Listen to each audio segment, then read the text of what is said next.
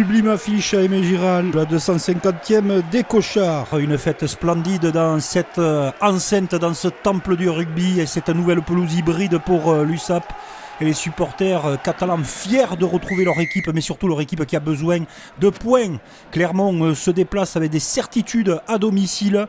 Il va falloir essayer de réaliser un coup en terre catalane. Le coup d'envoi est donné. Christophe Furios donne la voix, 11e minute de jeu. Et on va voir la première incursion des Catalans assez sérieuse dans cette rencontre. Avec une conservation de balle splendide. Et le jeu virevoltant retrouvé de l'USAP et ses trois quarts. Avec à la conclusion Antoine Ocagne, qui est très bon depuis le début de la saison, que ce soit dans l'animation offensive et dans les transformations, des pénalités. Et celle-ci, qui est une transformation d'essai, passe entre les poteaux sous les yeux de Mathieu Acebes, venu de Biarritz, premier en Pro D2. La coqueluche d'Aimé Giral a su apprécier ce premier essai.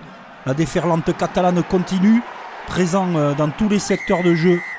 Essai de Nakalevou tout en puissance. Seul ombre au tableau après ces deux essais. L'USAP a perdu Pozzolo Tuilagi suite à une grave blessure qui va le rendre indisponible pendant une bonne partie de la saison. On lui souhaite un propre rétablissement bien sûr. Et profitez de ces 3 points de Clermont parce que ce sont les seuls que vous allez voir dans cette rencontre. Clermont est dominant dans tous les secteurs de jeu pratiquement. Secteur du jeu au sol et surtout très maladroit et mis à la faute, sanctionné par monsieur l'arbitre. L'USAP prend une avance considérable avec Antoine Ocagne, 15-3. Christophe Furios forcément fait un petit peu la tête. Là aussi une faute qui pouvait être évitable, mais bon, le joueur catalan a été pris sans ballon. Une nouvelle pénalité est offerte à monsieur Ocagne, le neveu de David Ocagne, qui nous rappelle que dans sa famille on bute bien. Antoine Ocagne et l'USAP rentre à la pause, très dominant, des blessures qui viennent s'ajouter, qui inquiètent le staff de l'USAP certainement, mais l'USAP est en état de grâce dans cette journée, où peut-être les Clermontois loupent complètement leur match, alors vous choisirez. Et quand l'un est bon, peut-être l'autre manque son match, ou peut-être c'est parce que l'équipe est très bonne avec Antoine Ocagne, que les Clermontois sont absents. En tout cas, c'est sûr que ça ne va pas plaire aux fans clermontois, qui, regardez, sur une des seules incursions, un des seuls ballons qu'ils peuvent exploiter, vont commettre une nouvelle erreur. Ils arrivent à l'entrée des 22 mètres et énorme agressivité en défense sur ce plaquage à 2 de la part de l'USAP. On croit qu'on va transformer le jeu, et bien non, pas de destination, pas de main trouvée. La contre-attaque terrible, ça pédale au niveau de l'USAP.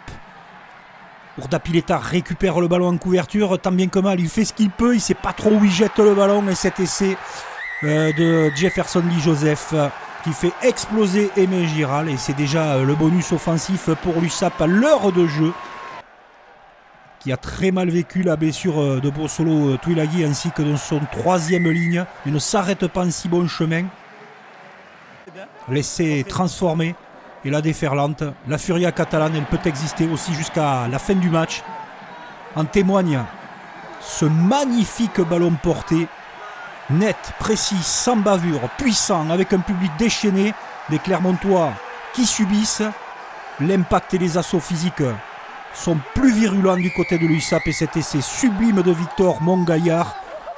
L'USAP ouvre enfin son compteur dans ce championnat. L'année dernière, ils avaient perdu les 4 premiers matchs.